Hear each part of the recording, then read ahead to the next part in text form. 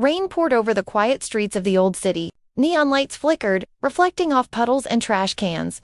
Hidden in the shadow of a broken fence, Milo sat still, his fur glistening in the drizzle. His light silver coat shimmered faintly blue, and the small glowing blue ear between his normal two pulsed softly in the dark. His green and amber eyes scanned the narrow alley alert, searching. This was his world, once ruled by his kind. Now, only silence remained. He listened to the rain and distant hum of traffic. A torn poster fluttered nearby, the image of a lost cat named Luna. Milo looked at it for a moment. Then, his eyes softened. Luna had been more than a friend. She was the reason he still fought to survive. A soft sound came from the dumpster behind him. The scrape of claws. Milo turned sharply, muscles tensed, fur rising slightly. Out stepped Rust, a scruffy brown tom with a scar across his nose. Still haunting her memory, huh? Rust muttered. His tone carried both mockery and pity. Milo didn't reply.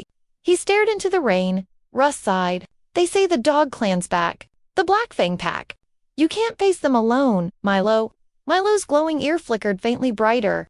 I'm not alone, he said quietly. Rust frowned, confused. But Milo had already stepped into the rain, walking toward the city's glowing horizon. He didn't look back. Milo followed the narrow path between crumbling walls until the city opened up into the abandoned train yard. Rusted trains rested like sleeping beasts. The air smelled of oil and old dreams. A faint light glowed from one of the train cars. Milo approached quietly. Inside, a small group of cats gathered. Is that him? A voice whispered. A calico kitten peeked out nervously. The one with 3 ears? Milo stepped into the dim glow. Yes, said an old gray cat named Elder Wisp. The last of Silverpaw's line. Milo bowed his head. You called for me. Wisp's eyes were filled with sorrow. The Black Fang dogs have taken the lower district. They hunt every stray. Luna tried to protect the kittens. She never came back. Milo's fur bristled. His glowing ear pulsed brighter. The air seemed to grow colder. I'll bring them down, he said. The calico kitten trembled. But they're monsters. You can't fight them alone. Milo looked at her, voice calm. Then I'll fight for the ones who can't. The room fell silent, only the sound of distant thunder breaking through. Elder Wisp nodded slowly. Then the city may still have hope. The next day, the storm cleared. Smoke replaced the rain. Milo climbed the rooftops to scout. Below, chaos spread. Dogs with blackened collars and sharp teeth prowled the streets. Their leader, a massive Doberman named Rex. His eyes were cold, yellow, and filled with control. Milo crouched low, studying him. Rex's gang dragged a cat through the street. It was Rust. Milo's claws dug into the tiles. He leaped silently to a lower roof, his glowing ear dimming to hide in the light. Rex growled. You think you can hide from me? This city belongs to Black Fang. He threw Rust to the ground. Where's the Silverpaw freak? The one with the glowing ear? Rust spit dust, bleeding slightly. You'll never find him. Rex's paw slammed Rust's chest. Then you'll die for him. Milo couldn't wait any longer. He dropped from the roof like a streak of silver. He landed hard, claws out, eyes burning. He struck Rex's face, leaving a long gash across his muzzle. The dogs roared in surprise. Get him! Rex barked. Milo spun, dodged, and slashed.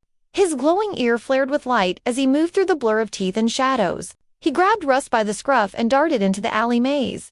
They escaped by inches. Rust lay breathing heavily under an old bridge. His fur was torn, his side bleeding. Milo tended to him with gentle paws. Why'd you come back? Rust asked weakly. You could have run. Milo's eyes softened. You're my friend. Rust laughed faintly. You're gonna get us both killed. Milo sat quietly. The faint blue glow from his ear reflected on the water beneath them. I lost Luna because I hesitated, he said. Not this time.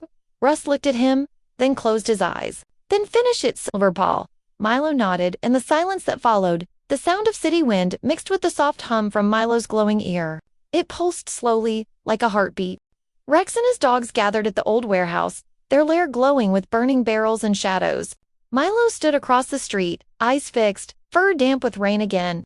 Behind him, a small group of cats appeared. Elder Wisp, the calico kitten, and 2 others. We'll fight with you, said Wisp. Milo nodded once. Stay behind me. The warehouse door burst open. Dogs charged out. The battle began. Cats leaped from walls and pipes, hissing, scratching. Milo tore through them like a flash of light. His glowing ear illuminated the chaos, turning every move into a blur of blue streaks. He faced Rex again, You should have stayed hidden, Rex snarled. Milo's reply was cold. So should you. They clashed. Claws met teeth. Fur and sparks flew.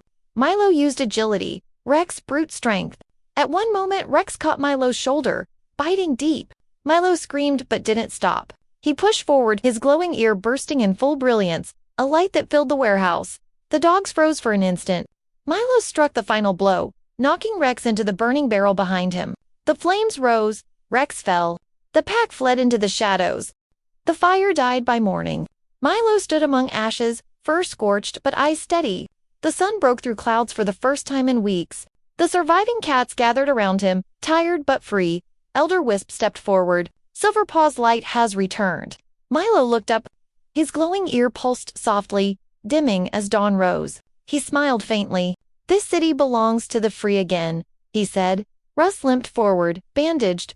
So what now, hero? Milo looked toward the horizon. Now we rebuild. He walked away as sunlight hit the ground. The glow from his ear faded slowly, not in death, but in peace.